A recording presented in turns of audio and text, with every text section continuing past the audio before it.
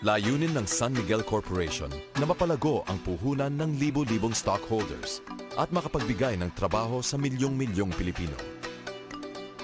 Paunlarin ang sariling gawa para may import substitution at dollar savings ang ating bansa.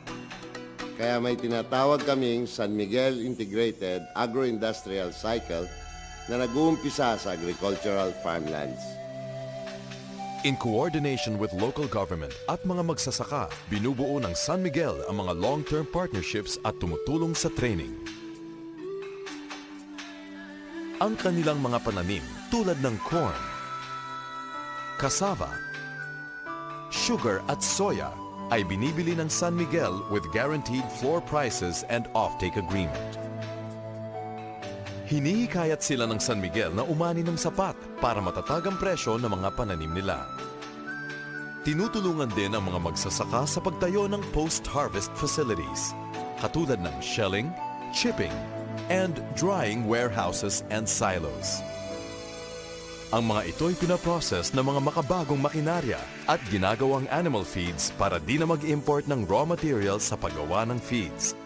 Tipid tayo sa dollars.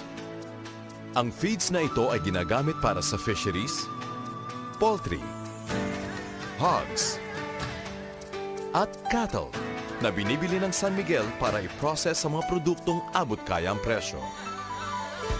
Mura na ang bilihin, competitive pa sa export pricing. Bukod sa animal feeds, ang processed cassava ay ginagamit ding raw materials sa paggawa ng mga local packaging products. Ang grains at cassava ay fini-ferment para maging mataas na uring alkohol. Ang mga produktong ito ay nagiging dollar-earning export products o kaya't inihahatid sa mga mamimiling Pilipino.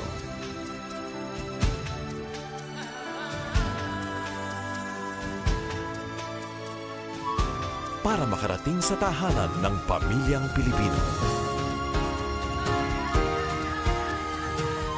Yan ang San Miguel Integrated Agro-Industrial Cycle.